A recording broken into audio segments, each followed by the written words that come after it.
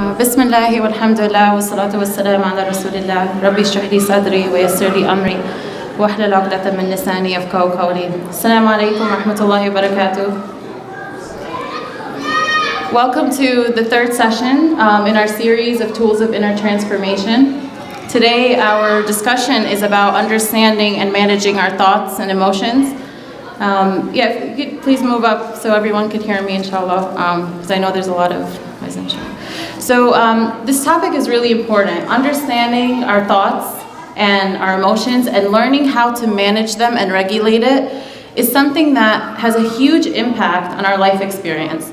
So understanding them, not only understanding how they work and how we experience them on an internal level, but understanding how we can be in the seat of control when managing our thoughts and emotions improves the quality of our life. And it changes our behavior. It helps us maximize our potential, and it also essentially should help us gain closeness to Allah subhanahu wa ta'ala. We take the physical body very seriously, and we take the processes that occur within our physical body very seriously, and we see how the way these functions are within our body affect our experience of life. And we need to take our psychological processes just as seriously, because they do affect our experience in life. They do affect how we view and interact with the world around us. And so this topic, is very important, because every day these processes that we often ignore, they actually affect the way you interact with other people.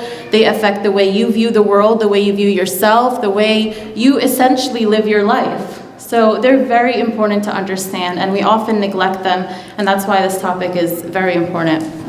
So in order to understand our thoughts, we have to first remind ourselves about the role of the mind. And we talked about this a little bit in previous classes, but we're going to talk about these topics a little bit further. So our rational brain, right, our mind, is a very, very powerful tool. And it's really one of the greatest miracles of Allah subhanahu wa ta'ala. Watch any video about neurology and the way the brain functions, and you'll just be in awe. It honestly gives me an iman boost, because it just makes you aware of this amazing creation of Allah subhanahu wa ta'ala, all these functions and processes that occur in one organ, right, that affect so much of your life, if not, your entire life. And so, it just makes you aware of how much Allah subhanahu wa ta'ala has equipped us, the tools within us that He has equipped us with. But it also then should make us aware of how to utilize it, because it's an amana. It's a trust from Allah subhanahu wa ta'ala. And when Allah gives you anything, you always have to ask yourself, how am I going to use it in the best way possible, to live a life of quality, to serve Him in the best way. And so, we honestly abuse this tool time and time again. And essentially it goes back because we misunderstand this tool. And I will call it a tool because unfortunately we've made it, it's a powerful tool. And when you understand the word tool, it's something that you learn to navigate. It's something you learn to utilize, right? So, and because it's such a powerful tool, because it's responsible for these very, very important functions, we often mistake it to be the king of our being, right? And we talked about the heart being the king and the mind being the servant. And so, because we're in a society that idolizes the mind. We're in a society that we idolize intelligence and the rational train of thought. We idolize logic. So we have lived our life predominantly making this mind, which is a tool, as the king. Okay, and so before we get into, I'm going to go back to this concept of our mind as the servant and the heart is the king. But first, let's talk about the mind. It's a fascinating machine. It collects information through our senses, which are the first mode of interaction that we have with the world, right? Our senses are the first mode of interaction that we have with the environment around us.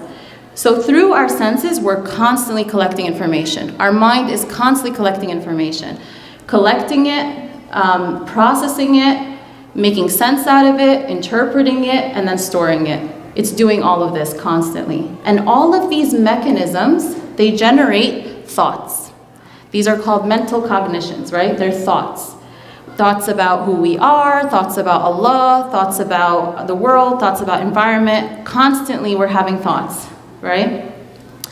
And so these thoughts, what are they? They're ideas about our experiences, they're opinions about our experiences, they're beliefs about Allah, about ourselves, about the world. And they include our perspectives and views towards the situations and the experiences we go through. So our thoughts are based on what? They're based on, our view. They're basically our view towards the world and every experience that we go through. And so these thoughts are constantly being generated. And when we have consistent, long-lived thoughts, they become something called an attitude. It becomes the way you basically view your life. What an attitude is, it's basically thoughts that are repeated over and over again throughout all our life situations and experiences. So they're basically thoughts that are reinforced. They're thoughts that we believe to be true. And the sum of all our beliefs, basically attitudes are the sum of all our beliefs, right? So when we say someone they have a positive attitude towards life, right? That's the consistent way in which they view life. That's their attitude. And that attitude came from a sum of all of their beliefs about life. And this is really important to understand because we each go, and we talked about this a little last week, that our thoughts and, our beliefs about ourselves, life, and our, and the world, essentially, and Allah subhanahu wa ta'ala, where does it come from? It comes from our life experiences, our upbringing, the messages that we received either from our parents, from, important figures in our lives, from events that Allah subhanahu wa ta'ala put us through. We've constantly made beliefs about who we are, Allah, and the world. So we approach and view the world with these attitudes and beliefs, and they shape and influence our emotions. Thoughts generate emotions, and emotions have an influence on the way we behave. So, Imam al-Ghazali, which he formulated his concepts years and years ago, he broke down this system. So he actually breaks down this process in 3 fundamental steps, which are confirmed by modern psychology teachings. But this was his idea years and years ago. But he said, which we know from studying psychology, is that there are 3 elements to this process. One is knowledge. He refers to it as knowledge, but he explains it as cognition, awareness, consciousness. He explains this first level as you being aware of your thoughts, you being having a state of consciousness, you're conscious of how you're thinking, how you're reflecting, the knowledge that you're absorbing, and you have a level of awareness. And it's amazing, I actually forgot to mention that, if you study any of Imam al-Ghazali's works, you will notice that, he breaks down his concepts according to these 3 processes. So even when he talks about the attributes of Allah subhanahu wa ta'ala, he will say the first level is to know them, on a cognitive level. The second level is to have a response, an emotional response to it. The third level is when your behavior reflects your knowledge and your affect about the attributes of Allah subhanahu wa ta'ala. So it's amazing how, I'm always fascinated when, he's identified these processes, but we don't give him credit. Western psychologists don't know anything about Imam al-Ghazali, but subhanAllah, he talks about 3 main concepts that are ingrained in almost every psychology course that I've ever took. So the second level is the affect. It's the emotion, right? Which he refers to as a state. What is a state? It's something that's temporary. It comes in and out, right? He refers to emotions or affect as the state that the knowledge or the cognitive process has influenced, okay? So the emotion comes after the thought process has taken place. And then the third level are our behaviors, which he refers to as the acts or the deeds that result from the emotion that came from the thought process. So you see the 3 levels? Cognition, your mental process, your thoughts, your emotional level, your state, the emotional response, and then your behaviors, the way you act.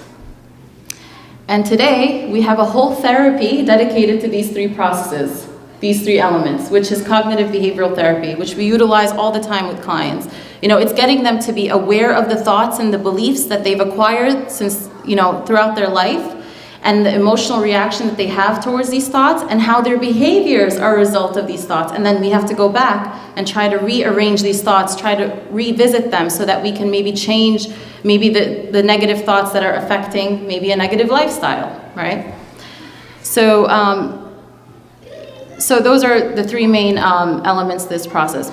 We've talked several times about the role the mind should play in order for us to be able to function effectively. We talked about our design. We talked about the entities within us that Allah subhanahu wa ta'ala has equipped us with to navigate our way through life and to maximize our life's potential and to essentially gain closeness to Him. So again, I'm going to go back to the concept of the mind is the servant and the heart is the king. And I go back to this because it's been so ingrained in us within our society that the brain is the king. And we live our life as if the brain is the king, and we suffer and we struggle because of this misunderstanding of our entities that Allah subhanahu wa ta'ala has equipped us with. So if we truly understand that the mind is a tool designed to serve the king, which is our heart, then we will understand how to view the mind's functions, its thoughts, in the appropriate way. We'll learn to utilize them in the appropriate way. We'll learn to navigate it, this tool, we understand to be a tool. We'll navigate it instead of it navigating us. We'll learn to be in control instead of it controlling us, right? And I'll give examples later of how these things play a role in our lives. What if we don't? What if we don't treat our mind as a servant? What if we do treat our mind as the king? So if we believe that our mind is the king of us, then we believe it's the source of all truth. Then we live our lives as if every thought we have is true. And remember, thoughts are your ideas, your opinions, your perspective of the world. But if you live as if your mind is king, you're going to think that every thought you have is true. It's true, and my emotion is valid, and then whatever I act upon is valid as well, right? If you believe the essential level is true. And that's if you treat your mind as king. So our thoughts will be the dictators of our emotional experience. You will have your thoughts take you left, take you right, and you're basically trying to figure out how to gain some stability in your life. But because you've put so much on this mind, it takes you in all different directions. And you find yourself mentally and emotionally exhausted, right? And so this understanding of the mind being a tool, being a servant, gives us back, puts us in the seat of control, makes us, allows us to play the role as a witness, of someone who is basically navigating, managing. You're not letting your thoughts and your emotions take you in whatever direction. You're not basically letting your emotions make you act in any certain way. You have gained the seat of control, right? To a certain degree, of course, because Allah is in full control. So we said that thoughts influence our emotions, and emotions influence behavior. For the sake of this course, we're going to focus just on thoughts and emotions. What are emotions? They're basically a flow or an experience of feelings. They're states, okay? And I keep saying the word states is because we have to focus on emotions as an experience that comes in and out of our day, right? They're fleeting. They're not something that are meant to, they're not permanent. And oftentimes we treat them as if they're permanent. But we must realize that our emotions, they come based on the thoughts that we're having, on the cognitive experience that we're having. And so they're states, experiences that come in and out of our day, in and out of our lives. And they change constantly depending on how we regulate and interpret our external and internal experiences, okay? Two people could have the same experience and they could have a different emotional response, right? How does that happen? It's that something between the experience and the emotion was different. It's that the thought process of the way they interpreted and they made sense of their experience on a mental level produced a different type of emotion, right? And this is why our deen is all about utilizing our mind the right way. It's about Allah always in the Quran, reminds us of the power of reflection, right? This deen is everything, is all about shaping the way we interpret our experiences, isn't it? It's about molding our interpretation of the experience that we're going through in the right way. So emotions are, joy, anger, sadness, or fear. They can be triggered by an external experience, such as watching a movie or seeing someone struggle, or an internal experience, which is you have a memory, a happy memory or a sad memory, or that you're thinking or reflecting about something that made you think, that made you experience a certain emotion. So it's not, your emotions are not just based on external experiences. You can even have an internal experience that provokes an emotion. And while emotions are universal, the way we experience our emotions and the way we react to our emotional state, it varies from individual to individual. And so our goal is to learn to manage, experience, and respond to our thoughts and emotions in a way that promotes healthy behaviors. Because the goal is that we want to interact and we want to act in the world in a way that is pleasing to Allah subhanahu wa ta'ala, in a way that is, established on goodness, right? In a way that promotes a healthy lifestyle. So our goal in studying all of this is that we are learning to manage, experience, and respond to our thoughts and emotions in a way that promotes healthy behaviors. That's the last level, right? Our behaviors, the way we interact, the way we talk, the way we act upon these thoughts and emotions. So our goal is to promote healthy behaviors. Our goal is to promote a better quality of our life and enhance our relationship with Allah subhanahu wa ta'ala. So let's take an example. We go through an experience. We said our thoughts, we're constantly having thoughts about our experiences. So let's take the example of, an individual goes to a job interview and say doesn't get the job, right? And they will have thoughts about this experience because your thoughts are constantly going. That's something that's always happening. And we said that, based on your upbringing, your life experiences, you have a certain way of thinking about everything. You have a certain set of attitudes and beliefs. And so let's take a negative attitude system. Let's take a negative belief system where someone might have not learned to have positive thoughts about life, maybe through their experiences, whatever they went through. So let's take someone who goes through this experience. They go to a job, don't get the job. They go to a job interview, don't get the job. And so their thoughts, it could be examples of a negative maybe belief system is, I'm a failure. I won't bother going to future interviews anymore. Forget this, I'm not good enough. Maybe that's thoughts about themselves. Thoughts about Allah. Why, Allah's not happy with me. This is happening to me because Allah's not happy, or Allah doesn't love me. Thoughts about Allah, right?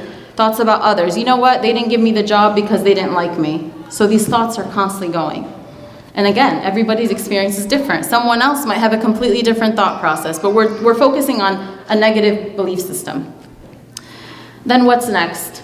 Our emotional response. These thoughts are going to make somebody have an emotional reaction. So they have an emotional response, feelings of inadequacy, sadness, inferiority, feeling fear, from moving forward, so they stay stagnant where they are.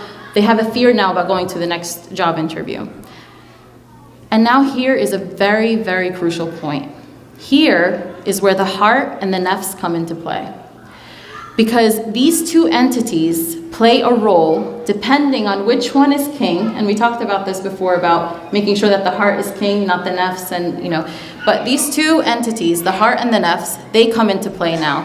Think of them as the process between your emotions and your behaviors, right? Think of them as two entities that play a role or they impact the behavior that you're going to take next.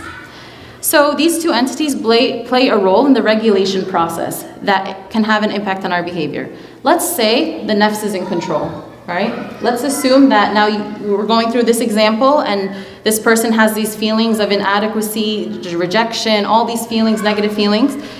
And let's say that this person, within their psychological system, that their nafs is the king. Let's assume that their nafs is the king. The lower nafs, with our desires, what is the nafs? It's the desire-seeking part of us. It's the pleasure-seeking part of us. It's the ego-containing self. It's the part of us that doesn't like discomfort. It doesn't like negative emotions, doesn't like to be agitated. So what does the nafs do? It's feeling these negative emotions. I need to get rid of this ASAP, right? I need to get rid of these emotions ASAP. The heart can't interfere because we haven't been fueling the heart. So, and this is what happens is that, we're not working on our hearts constantly to be the king. And then we go through experiences and we want to snap our heart to take the lead, and it can't. So the nafs, if we've been feeding the nafs, it will take the lead in these moments. It's going to be hard for the heart to actually play a role. So the heart can't interfere. You haven't been fueling it. So the nafs is uncomfortable. Now the nafs wants you to act, right? And how? And in a way that it will serve itself. So it will try to self-soothe, meaning that it will try to soothe these agitating emotions. Each of our nafs has its own psychology, and based on our upbringing and our life experiences. And the scholars say that, harakat al-shaitan comes after harakat al-nafs, meaning that it's actually, the shaitan waits for a movement of our nafs in order to actually, he studies us, he knows. He works with what we give him, basically, right?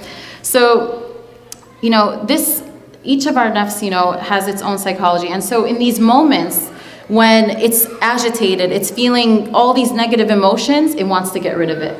An example of getting rid of it is projecting that discomfort on someone else. You feel rejected, you go home, this emotion is energy, it needs to go somewhere. You yell at the first person you see in the house, right?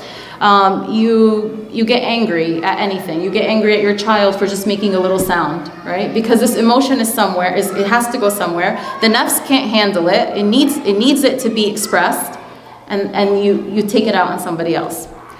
Or the nafs can't handle these emotions, so it will try to soothe itself by any means.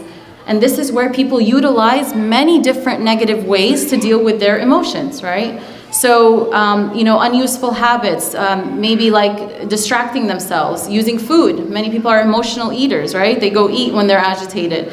And of course, we can go to the opposite, complete extreme, where people use drugs and like all these types of things to soothe, right? We always want to be soothed when we experience negative emotions. Why? Because our nafs is in the lead, and our nafs cannot handle being discomforted. So it might even be so uncomfortable, this nafs, that it puts pressure on your mind to continue thinking. Think again. Maybe you'll generate for me a different solution, right? That will make me feel comfortable. So we put a burden on our mind to continue thinking. And this is where rumination comes in, and we continue overthinking about things because our nafs is uncomfortable. Is this useful? No. Does it help us regulate our thoughts? Does it help us manage our emotions successfully? No. And the emotion is still there. It just soothed temporarily. It's like, Advil, taking an Advil, right? You didn't cure the actual cause. You just reduced the symptom, right? So we only soothed it temporarily, and the emotion's still there. And guess what? That emotion can come back up, and it could influence our behavior.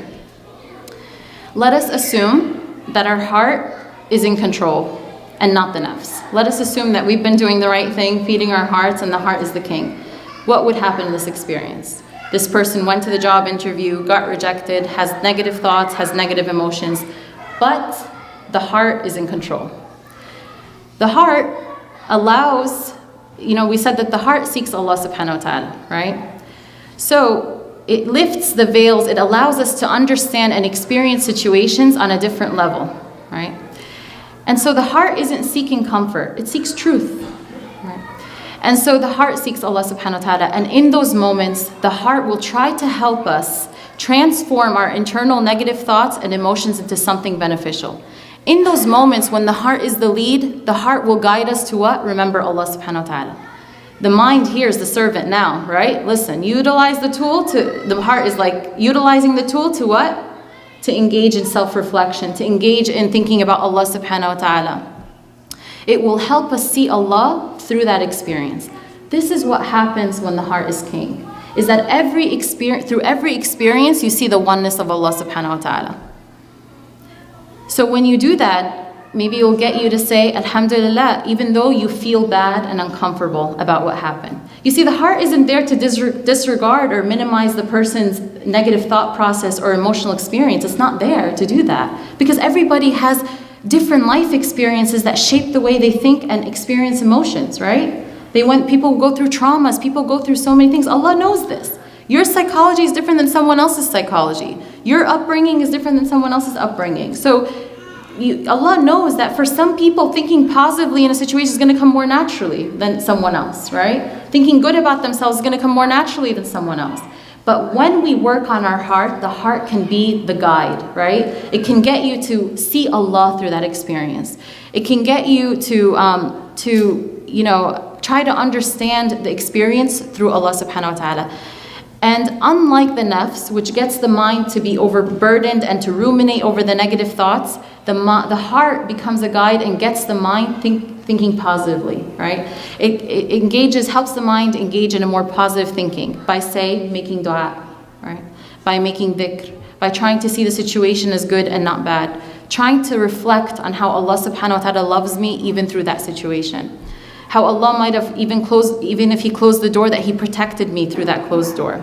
Reflecting on, it might even get us to reflect on positive ways we can move forward by reflecting on ways we can put more effort towards maybe going to another job in front of Allah subhanahu wa ta'ala, right? I mean, putting the effort in front of Allah subhanahu wa ta'ala.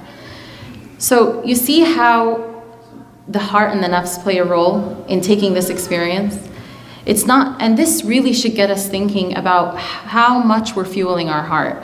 And that, a lot of times, and like I said before, we go through these experiences and we feel this immense emotional agitation. And because we haven't been working on our hearts, our nafs takes the lead and we end up acting in ways that maybe aren't serving us. Our behaviors don't even serve us and don't help us. So, this is really a reminder to make sure that we're always making this heart the king of our system, and to make sure that we're utilizing it in the right way, and to make sure that we're not making the mind the source of all truth. This is a tool. It's a very powerful tool, but it's a tool. And this is something that we have to understand. This concept of living from the heart, it's a new concept that they're introducing in Western thought, but based on going into Eastern philosophies and religions. This is so within our deen, but we understand the heart for what it is. You see in Western dialogue, they often minimize the heart. They'll say, there's these memes and these little comics about the brain telling the heart, what did you do? I thought you knew better. Basically the mind knew better. Basically the brain is controlling the heart and telling it to listen to it next time, right? Listen, look what you led us to this time, right? Next time you're not taking the lead. Next time you're not taking control. So it's again this concept where they framed it to all on this, right? And let me tell you, in therapy when I work with clients, it's relieving them of the burden they put on their mind that starts to help them see relief, that gets to help them experience relief, because they've misunderstood these tools within them. And and this is one of the first steps, is to start with the level of cognition. How have you utilized this? How have you interpreted your life experience? Tell me about your belief systems. Tell me about what you think about yourself as a result of this experience. Tell me about what you think about Allah as a result of this experience. And according to Imam al-Ghazali, when he talks about this first level, he says it should be utilized, this cognitive process, to understand Allah. It should be utilized to understand the articles of belief. It should be utilized to understand what this deen, and how Allah subhanahu wa ta'ala sent us this deen to understand ourselves, our creation, the creation, the world, and everything around us, right? It's basically a worldview. This worldview of Tawheed is that this system started with getting our mind to reflect on seeing Allah subhanahu wa ta'ala through every experience. And we have a lot of beautiful,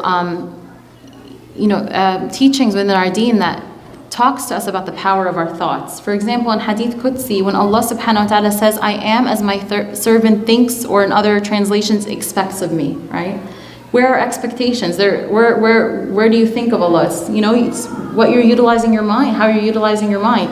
And Allah tells you, I am what you think of me.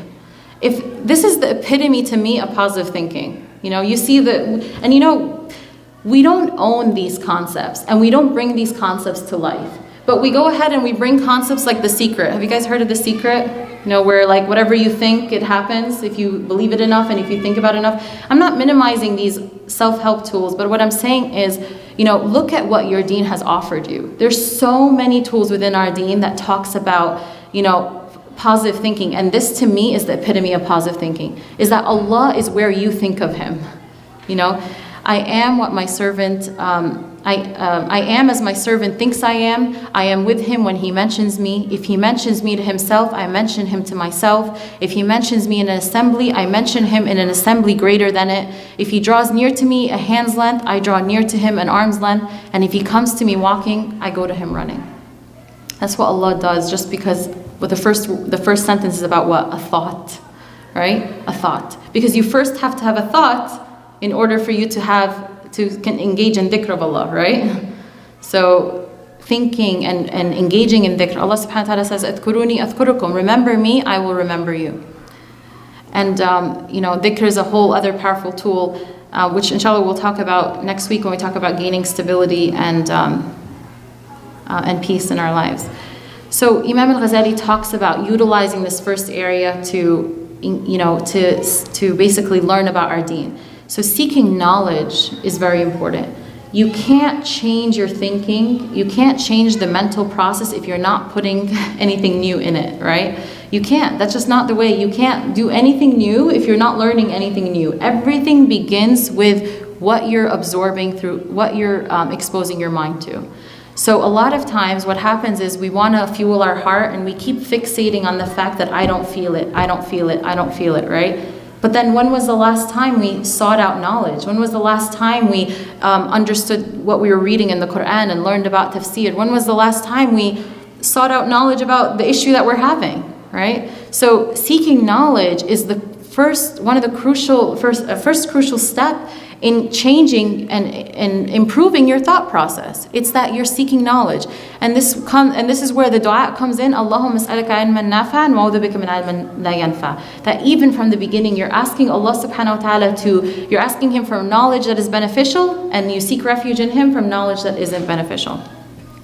So you can't influence a change in your thought if you're not exposing your mind to new and beneficial information. And finally, and very important reminder is that when we understand that our thoughts have an impact, a powerful impact on our emotions and then our behaviors, right? And we recognize within us that, I'm engaging in a negative attitude, right? Or I'm experiencing, or I'm not, you feel the instability, or you feel like, your view towards life or yourself or others or even Allah subhanahu wa ta'ala is negative, or that your behaviors that follow these negative ways of negative emotions and negative thinking is also negative, which is going to be the result, then we have to take initiative. We have to seek out the things that will help us work on them.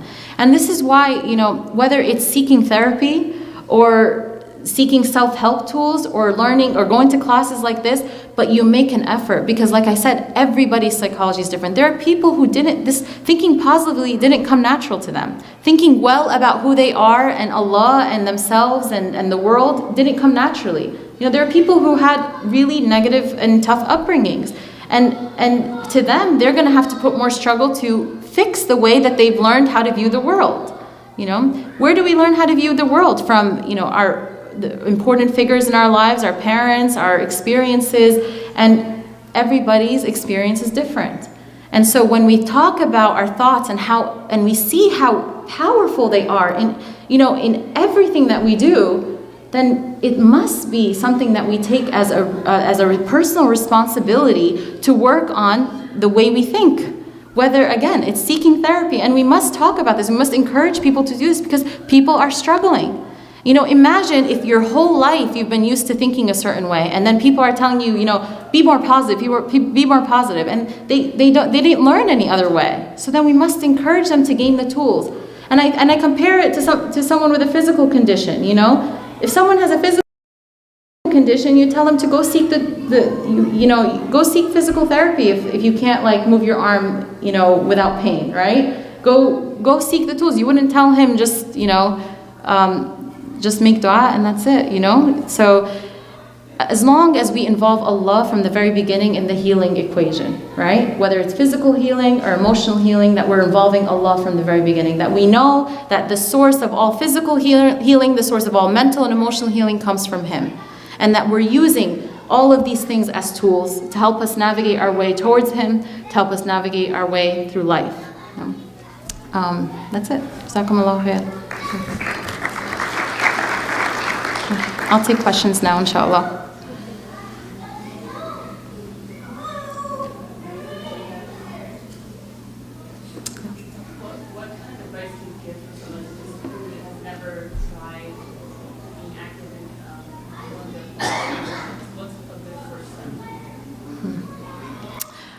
Her question was, what's a good first step for someone who was never even used to, reflecting on their thoughts and emotions, or even being aware of something like this?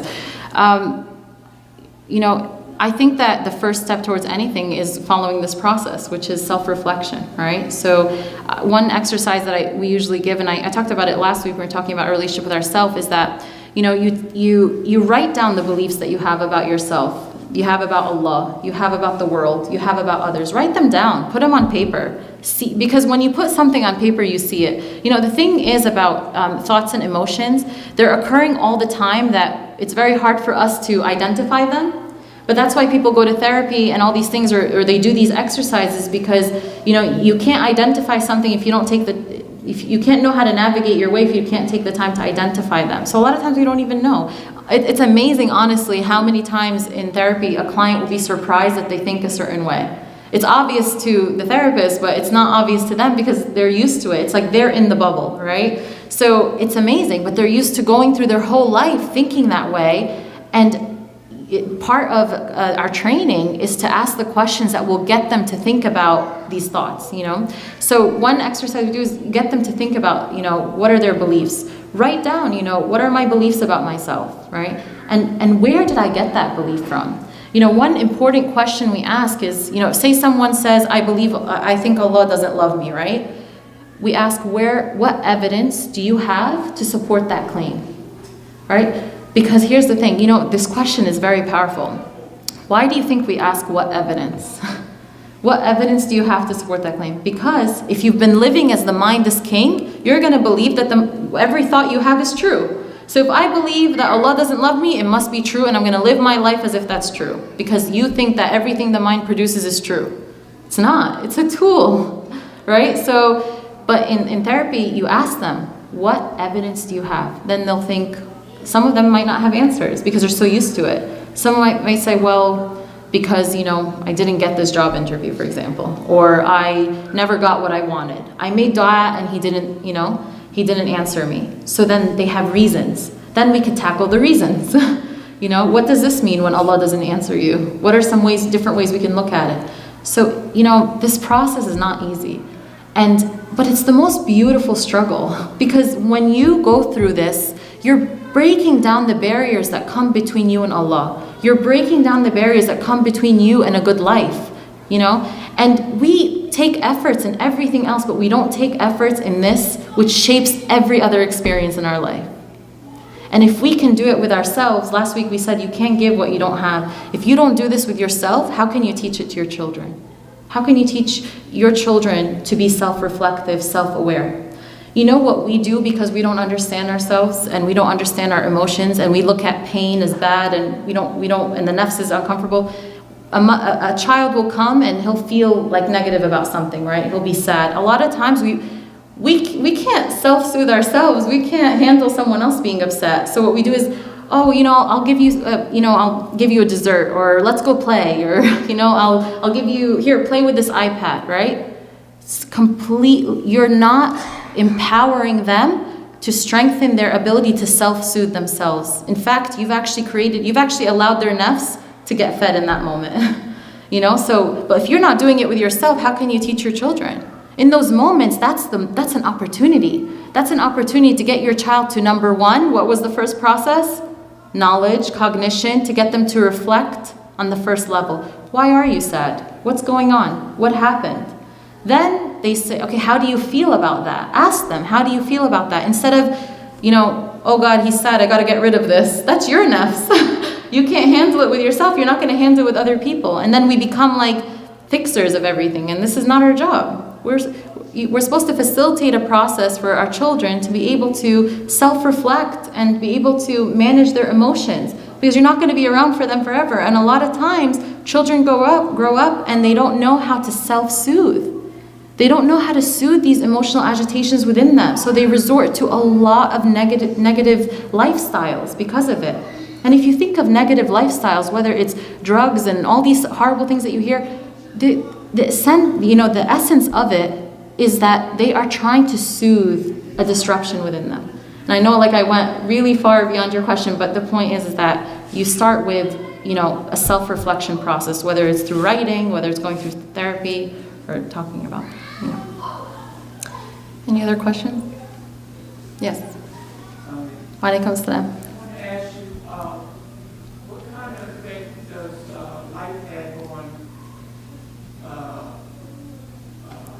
Child from an unstable, broken home. For example, I came from a family of 12, broken home, my mom died, and the trials that inherited, dealing with today, health issues, and I'm in a situation right now that's another story. But how do you, and I lost a sister that committed suicide. She jumped into the basketball, killed herself. I've been through a lot of traumatic situations. And I have my belief in Allah and I pray. But how do you hold all that together to keep yourself where you can continue on to function as a normal person? Wow. Yeah.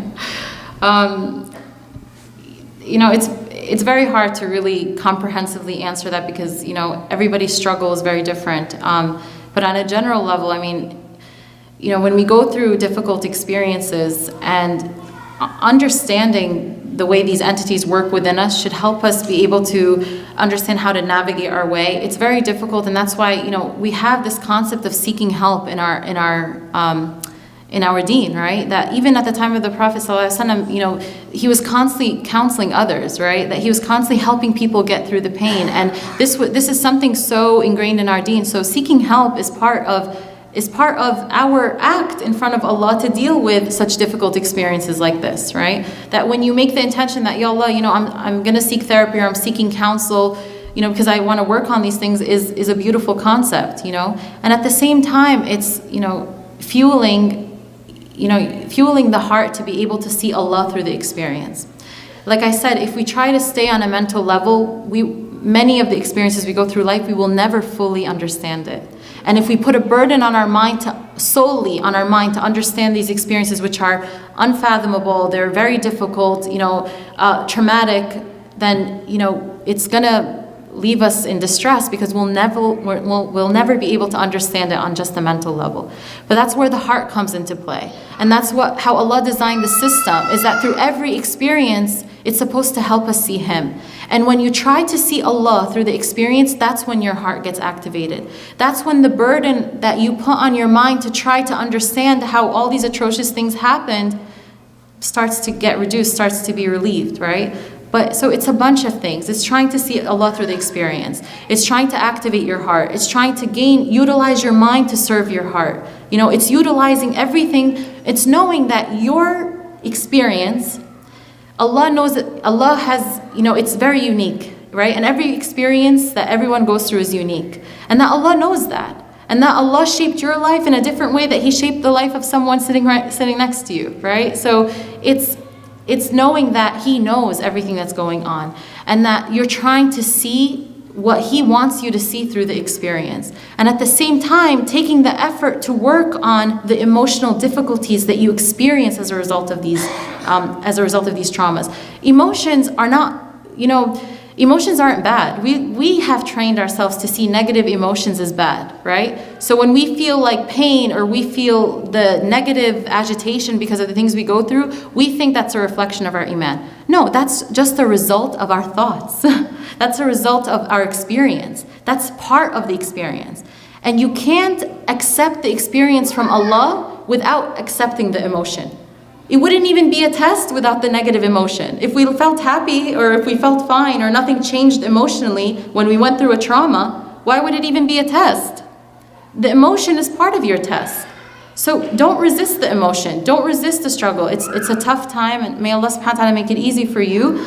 But the emotion doesn't mean that, that you don't have iman or you don't have belief. Keep holding on to Allah subhanahu wa ta'ala. Keep fueling your heart to see Him through the experience. And at the same time, seek the tools that you can to help you deal with the emotional impact that those traumas, cause. And I know that my answer is not going to comprehensively answer your question.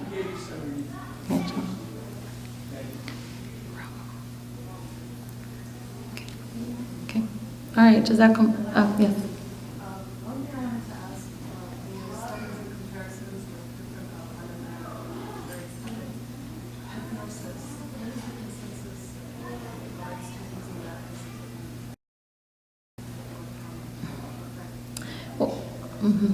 Well, if you're talking about, she's asking about hypnosis. I actually have researched that, and I asked scholars about it as well.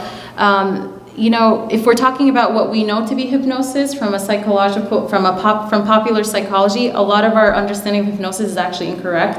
When I took a training on hypnosis, it completely it was completely different than what I thought it was. A lot of times when we think of hypnosis, we think of being under the influence of someone. That's not what psychological hypnosis therapy is. I think that other stuff, if they do go under the influence, I think there's magic involved in that, but we're talking about psychological hypnosis therapy. And I don't even know if that exists, to be honest, but hypnosis from a psychological point of view is basically just introducing new thoughts into your mind, right? So if you listen to, say, a hypnosis tape, you're listening to new thoughts, new messages. So it goes back to the first level, which is you're introducing new thoughts. So someone maybe who, doesn't know how to relax, they might listen to a tape that, might send relaxing messages to them, that are, as long as the messages are, and this is what, the scholars have said, as long as the messages are not haram, you're not listening to a tape that's telling you to go drink or smoke, or to do something negative. If it's something positive and it's in line with your deen, there's nothing wrong with that. There's a lot of hypnosis say about self-relaxation and things like that, but this is what the answer that I got from, but to go and be under the influence of someone, I don't even know if that exists, but that's not okay.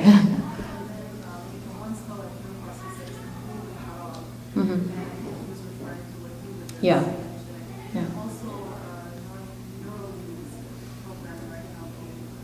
Excuse me? I'm sorry? NLP?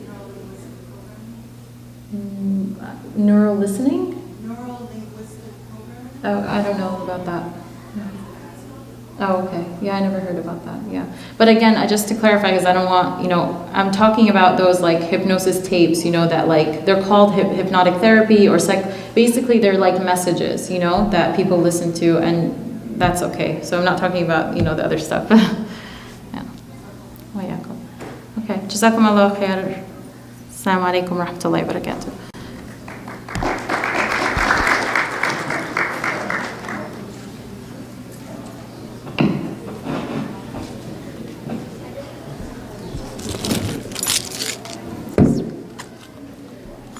Alaikum assalam wa rahmatullahi wa barakatuh. Oh, no problem. Alhamdulillah.